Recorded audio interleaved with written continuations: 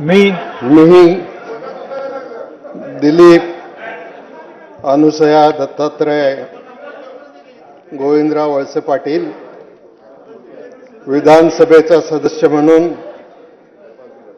निवडून आलो असल्याने गांभीर्यपूर्वक प्रतिज्ञा करतो की कायद्याद्वारे स्थापित झालेल्या अशा भारतीय संविधानाबद्दल मी खरी श्रद्धा व निष्ठा बाळगीन.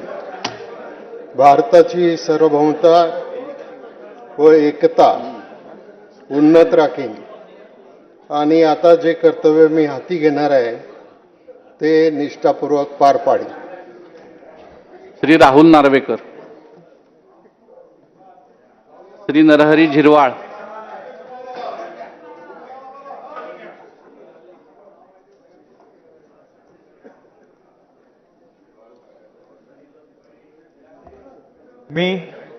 मी राहुल सुधा सुरेश नार्वेकर विधानसभेचा सदस्य म्हणून निवडून आलो असल्याने ईश्वर साक्ष शपथ घेतो की कायद्याद्वारे स्थापित झाले आहे अशा भारतीय संविधानाबद्दल मी खरी श्रद्धा व निष्ठा बाळगीन.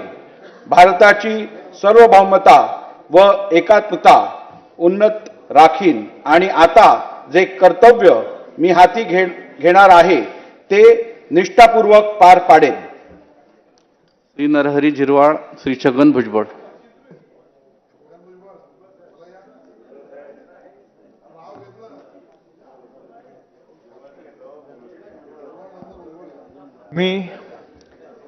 मी नरहरी सावित्राबाई सीताराम झिरवाळ विधानसभेचा सदस्य म्हणून निवडून आलो असल्याने ईश्वर साक्ष शपथ घेतो की कायद्याद्वारे स्थापित झाले आहे अशा भारतीय संविधानाबद्दल. तर आपण बघतो एकीकडे शपथ दिली जाते तर दुसरीकडे विरोधी पक्षातील आमदार मात्र आज शपथ घेणार नाहीयेत. त्यांनी सभात्याग केल्याची ही काही दृश्य आपण बघतोय. विरोधी पक्षामधील आमदार आज शपथ घेणार नसल्याचं कळतंय. जय जवान.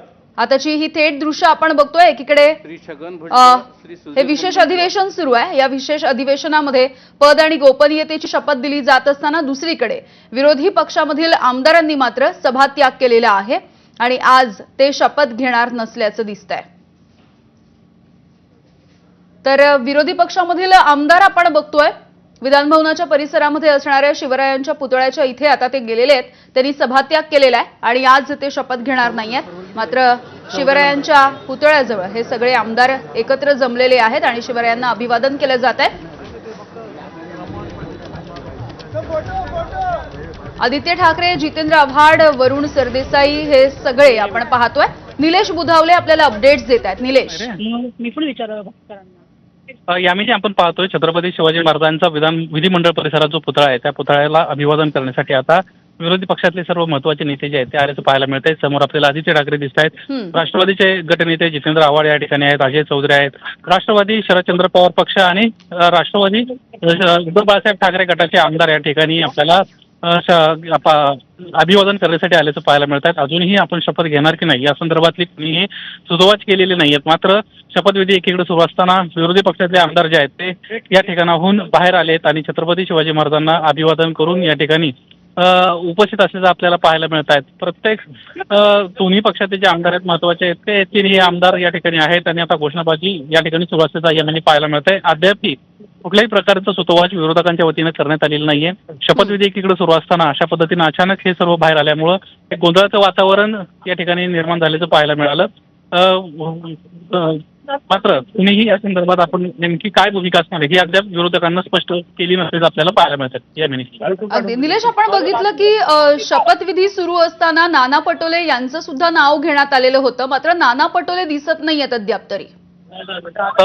हो. काही वेळापूर्वी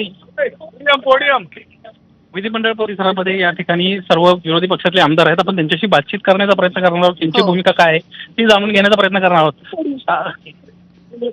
आधी शपथ घेणार आहे का? शपथ घेणार आहे का? सर्व विरोधी पक्षातले नेते आता स्टेज जवळ जात आहेत, पोडियम जवळ जात आहेत आणि सर्व विरोधक जे आहेत ते या ठिकाणी जाऊन संवाद साधणार असल्याचं पाहायला मिळतात. अगदी निलेश, तुम्ही लक्ष ठेवून राहा या सगळ्या घडामोडींवरती. आपण ही आताची ताजी दृश्य दाखवतोय. एकीकडे आमदारांचा शपथविधी सुरू आहे, दुसरीकडे विरोधकांनी मात्र या विशेष अधिवेशनावरती बहिष्कार टाकलेला आहे, सभात्याग केलाय. त्यामुळे हे सगळे विरोधक आता या विशेष अधिवेशनामधून बाहेर आलेले आहेत. भास्कर जाधव बोलतायत.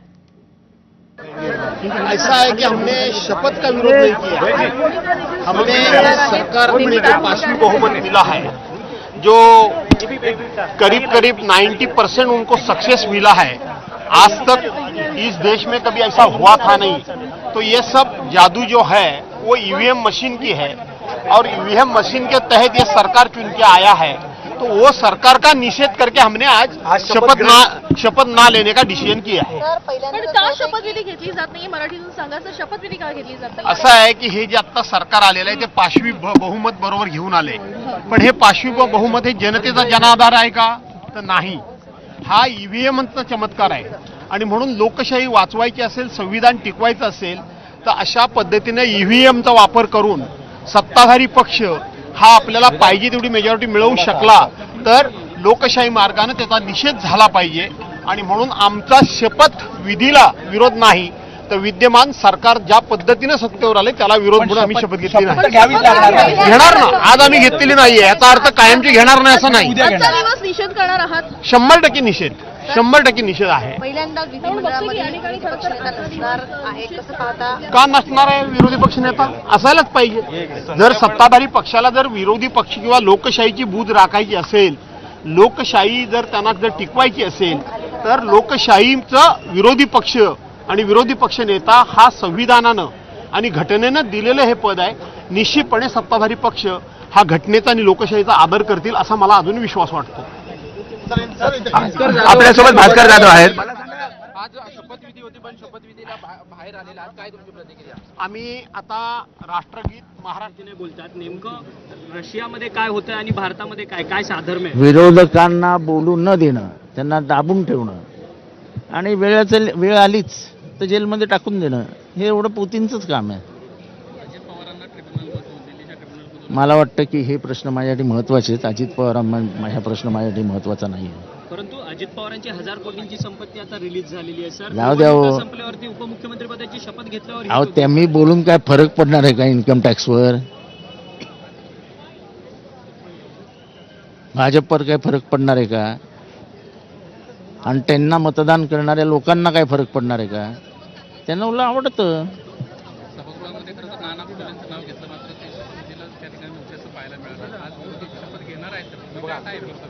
आता आम्ही भेटतो आहोत, भेटल्यावरती ठरवू भूमिका. मिस्टर आव्हाड